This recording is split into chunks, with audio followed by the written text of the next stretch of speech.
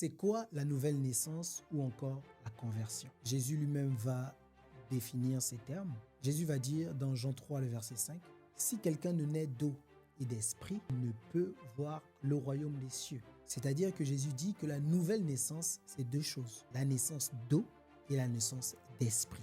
C'est ce qu'on va voir. Déjà, la naissance d'eau, c'est quoi? La naissance d'eau, Jésus va dire dans Jean 15, le verset 3, « Déjà, vous êtes purs à cause de la parole que je vous ai annoncée. » Ézéchiel 36 dira, « Je vous purifierai avec une eau pure. » Ça veut dire en fait que la naissance d'eau est la parole de Dieu que nous avons écoutée, que Dieu va utiliser pour purifier notre cœur. C'est important de comprendre. C'est quand on écoute l'évangile et quand on est touché, Dieu vient faire ce qu'on appelle le baptême de la régénération. Il vient nous régénérer en fait par son esprit. Et c'est ce qui donne en fait, ce qui suscite en nous la foi. C'est Dieu qui fait ça en fait.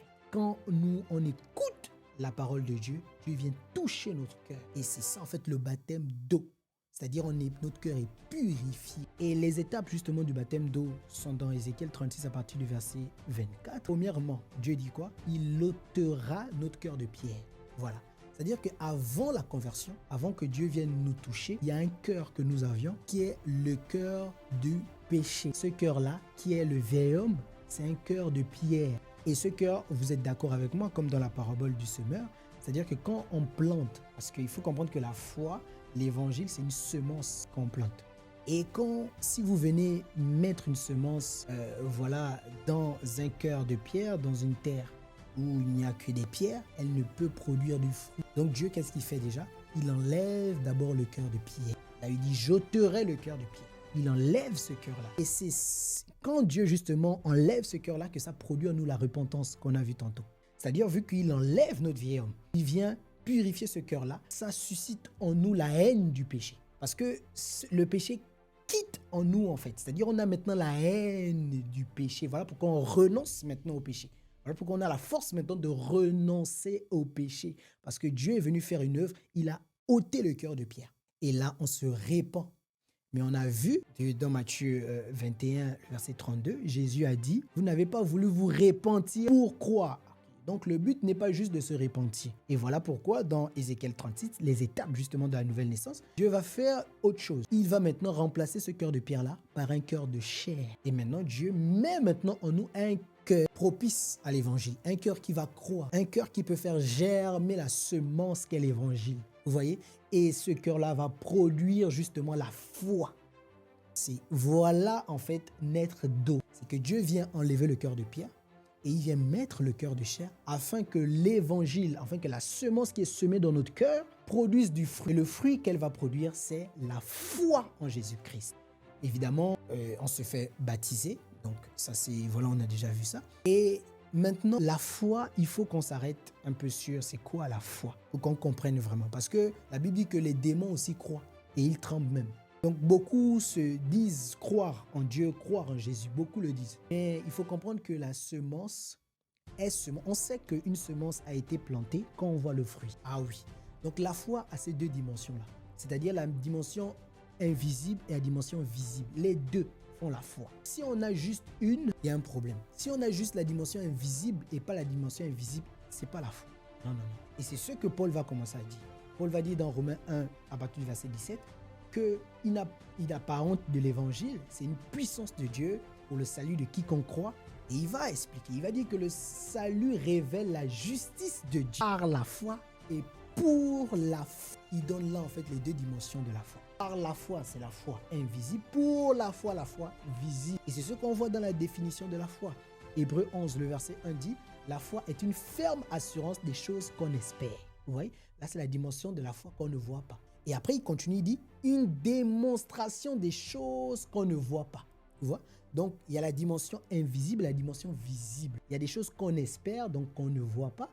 Et il y a maintenant les choses qu'on voit, la démonstration des choses qu'on ne voit pas. On démontre maintenant ce qu'on ne voit pas là. On ne voit pas l'espérance, mais après, on démontre justement cette espérance-là. Ce qu'on ne voit pas, on la démontre. Et voilà pourquoi Jacques peut clairement dire dans Jacques 2, le verset 17, je crois, si je m'abuse, il dira quoi? Il dira, la foi sans les œuvres est morte. Il dira, montre-moi ta foi sans les œuvres, je te montrerai ma foi par mes œuvres. par les œuvres. C'est important. Donc, Jacques est en train là de nous dire que la foi se démontre par les œuvres. Ah oui, nous ne sommes pas sauvés par les œuvres parce que nous sommes sauvés que nous produisons des œuvres. Ah oui, donc la foi invisible qui sauve, c'est-à-dire reconnaître Jésus comme son sauveur. Quand nous confessons et quand nous acceptons l'évangile, nous reconnaissons Jésus comme notre sauveur. Mais après, on doit aussi reconnaître Jésus comme notre Seigneur, notre Adonai, ça veut dire notre maître. C'est ce qui... Un maître, on le suit. Un maître, il nous dit ce qu'on doit faire et on le fait. Vous voyez les deux dimensions de la foi. Et c'est juste quand on est ces deux dimensions qu'on est sûr, qu'on sait, qu'on a l'assurance du salut. C'est ce que Paul dira aussi dans Éphésiens 2, à partir du verset 8. Il va dire, c'est par la foi, c'est par la grâce que nous sommes sauvés, par le moyen de la foi. Ok, cela ne vient pas de nous, ainsi de suite. Paul explique que nous ne sommes pas sauvés par les œuvres. Vous voyez? Mais au verset 10, qu'est-ce qu'il dit? Que nous avons été créés par Jésus-Christ pour des bonnes œuvres, pour pratiquer des œuvres que Dieu a préparées d'avance. Ah, ok. Donc, il y a un but d'avoir été sauvé par la foi. Pour pratiquer des œuvres. Ouais. Voilà, en fait, ce qu'on appelle la foi salvatrice. C'est une foi qui est accompagnée des œuvres palpables. Mais je réitère, nous ne sommes pas sauvés par les œuvres. Nous sommes sauvés par la foi, mais cette foi produit les œuvres. C'est-à-dire que on ne se sanctifie pas pour atteindre Dieu, pour être saint. Non. On se sanctifie parce que nous sommes saints.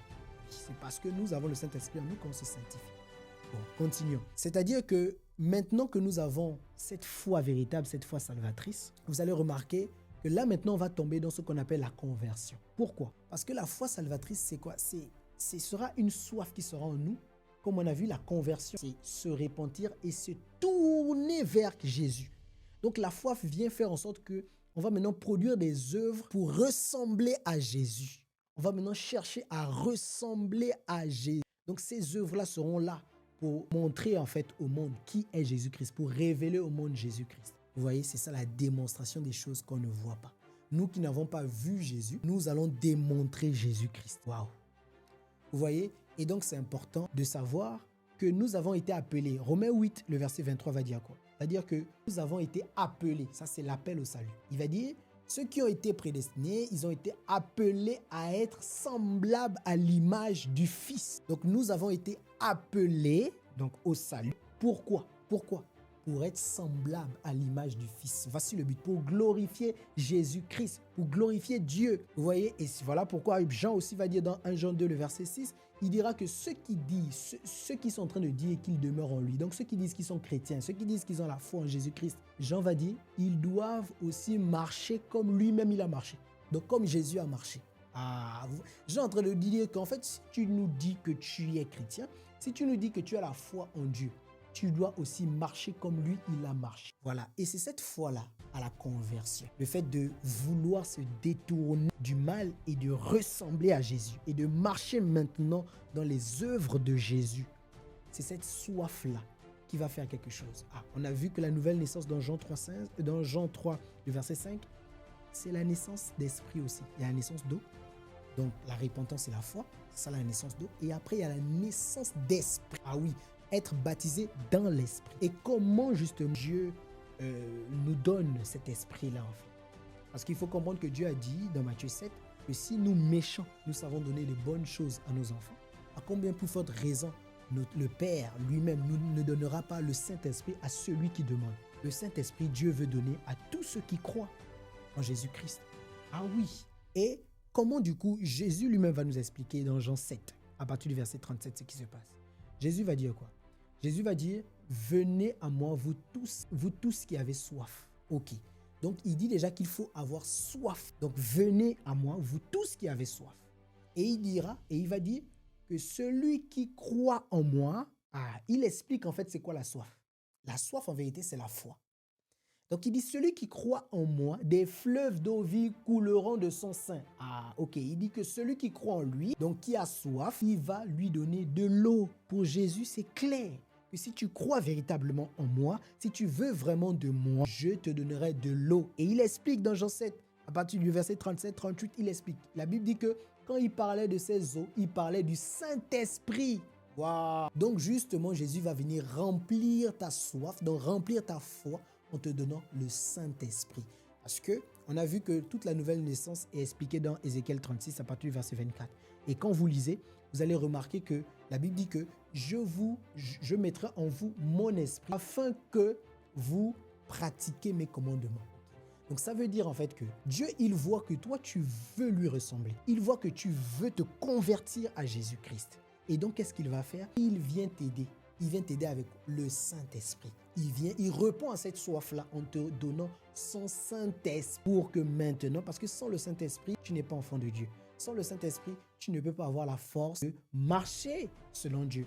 Parce que la marche selon Dieu, c'est la marche par l'Esprit simplement. En fait, l'Esprit, c'est Dieu lui-même qui vient habiter en toi. Voilà pourquoi la Bible dit que nous sommes le temple de Dieu, le temple de Dieu. Vous voyez un peu, notre corps est le temple du Saint-Esprit. Donc Dieu vient habiter en nous pour justement manifester ses propres œuvres. Et donc, mais il faut la foi et Dieu vient te donner le Saint-Esprit. Waouh, c'est important que tu le comprennes. Et là, on rentre dans la véritable converse. Vous savez, pour ceux qui ont fait, on va dire, la physique, la chimie, quand on voulait faire une opération, imaginons une opération où il y a 2 cm, plus 2 km, plus 2 mm, par exemple, divisé par 2 km. Cette opération, on ne peut pas commencer à faire cette opération sans convertir tous les termes de cette opération. Cette opération ne sera juste que quand on va finir de convertir tous les termes de l'opération en une seule unité de mesure, en une même unité de mesure. Vous voyez? Et c'est ça en fait l'image de la conversion. Il y a certains qui s'habillent selon l'image, je ne sais pas, de Beyoncé, de Rihanna. Tout est dehors, tout est exposé. Il y a d'autres, par exemple, qui veulent à tout prix être riches comme Bill Gates. Vous voyez, ça c'est un autre terme. Il y a d'autres qui ont la colère comme exemple, c'est-à-dire, je ne sais pas, ils ont trop suivi des films d'horreur et ils aiment la colère. Donc, tous les termes de notre vie sont convertis chacun selon son unité de mesure. Et maintenant, la conversion, c'est prendre tous ces termes-là, convertir tous ces termes-là en Jésus. C'est ça la conversion. Convertir toute sa vie en Jésus. La manière dont je vois le travail, la manière dont je vois les hommes, la manière dont je vois les femmes, la manière de m'habiller, la manière de parler. Tout, je dois maintenant convertir en Jésus. Voilà. Évidemment, et cela, c'est tout un processus qui se passe voilà, dans la conversion, dans la marche avec le Seigneur. Voilà. Donc, on le verra aussi par la suite. Voici vraiment ce qu'on appelle la nouvelle naissance. La naissance d'eau et la naissance d'esprit. Se repentir, croire en Jésus-Christ, se faire baptiser et que le Seigneur, prier le Seigneur, crier à Dieu pour que Dieu nous donne son Saint-Esprit. Et en vérité, Dieu veut nous donner son Saint-Esprit. Il veut juste qu'on ait soif. Dieu répond à une soif. Que Dieu vous bénisse.